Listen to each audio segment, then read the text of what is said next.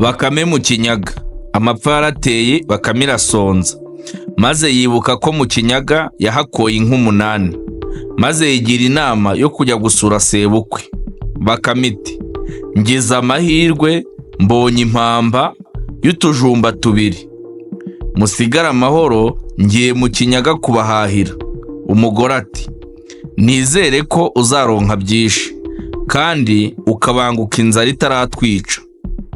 Ubwo Bakame iragenda bigeze aho irananirwa, niko kwibwira iti, Bakame agiye kera kubusa, iri shyamba ndarimena ndirangize nkiriho. Muri ako kanya ikinyogote kinyuraho kirayihutaza, bya bijumba biratakara, inguge zirabirya. Bakame ihindukirana ikinyogote iti, ariko kinyogote, ntukibona? Uranyishyura ibijumba byanjye byari byuzuye umufuka, dore inguge zirabimaze.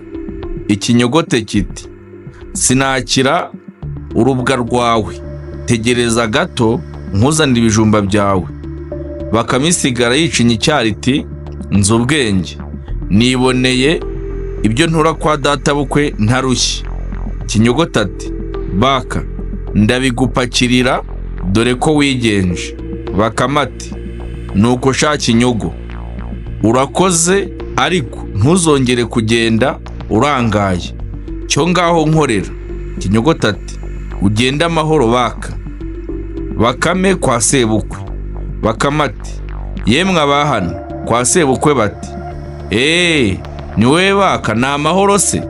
Bakame ati, ahubwo ni mu nture, umufuka uba wamucitse no hasi ngo po. Bakira Bakame, ariko Bakame arivugisha ati, ariko se ibi bijumba nikoreye nduga yose bicitse biti? Sinjye wahera, hahera umugani. Uyu mugani wa Bakame mu kinyaga ni umwe mu migani nyarwanda ifite isomo rikomeye mu mibereho y'abantu, cyane cyane ku bijyanye n'ubwenge, kwitonda no kumenya uko umuntu yitwara mu buzima kugira ngo atagwa mu makosa amwe n'amwe. Ibisobanuro by'umugani. Uyu mugani uvuga inkuru ya Bakame, inyamaswa izwi ubwenge n'ubucakura, n'ukuntu yakoze ibishoboka byose kugira ngo irwane ku buzima bwayo no kwirinda abanzi bayishakagaho ibibi. Akenshi uyu mugani werekana uburyo Bakame yabaye maso, ikamenya uburyo bwo kwikura mu bibazo byari biyugarije. Isomo rikubiye muri uyu mugani: ubwenge buruta ingufu.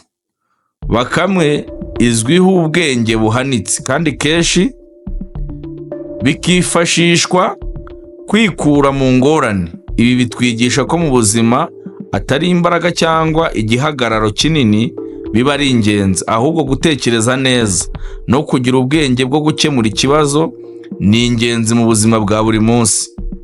Isomo rya kabiri: kwitonda no kudahubuka.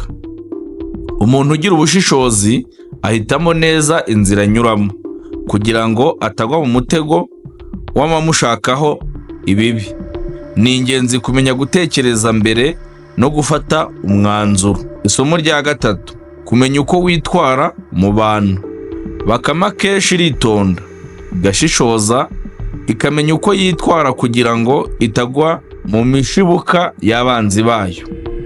Uyu mugani utwigisha ko mu buzima tugomba kumenya abo tugendana nabo, abo twizeranamo, uburyo twitwara n'imibanire yacu n'abandi. Isomo rya kane: gushaka ibisubizo byiza aho guhangayika. Mu buzima ibibazo ntibibura, ariko iyo umuntu ari umuhanga ashobora gucengera ikibazo neza, agashaka uburyo bwo kugikemura atagombye kubangamira abandi cyangwa kwishyira mu kaga. Isomo rya gatanu: ubugenge burakiza ariko si kenshi. Nubwo Bakame yakundaga kwifashisha ubucakura, hari igihe iyo myitwarire yageraga aho ikamuviramo ibibazo. Uyu mugani uduha isomo ryo gukoresha ubwenge mu buryo bwiza, aho gukoresha ubushukanyi bugamije guhemukira abandi. Umwanzuro w'uyu mugani, umugani wa Bakame mu Kinyaga utwigisha isomo ryo kugira ubwenge, gushishoza no kwitonda mu buzima. Utwibutsa ko gufata icyemezo cyiza no kumenya uko witwara bishobora kugufasha gutsinda ibibazo byinshi. Ariko kandi ugira n'undi mugambi wo gutanga umuburo ko iyo umuntu akoresha ubucakura cyane bishobora kurangira bimugizeho ingaruka mbi. Uyu mugani ni umwe mu nyigisho nyinshi z'ubuzima dusanga mu muco nyarwanda. Utwigisha kwirinda uburangare no kugira ubushishozi mu byo dukora byose. Murakoze.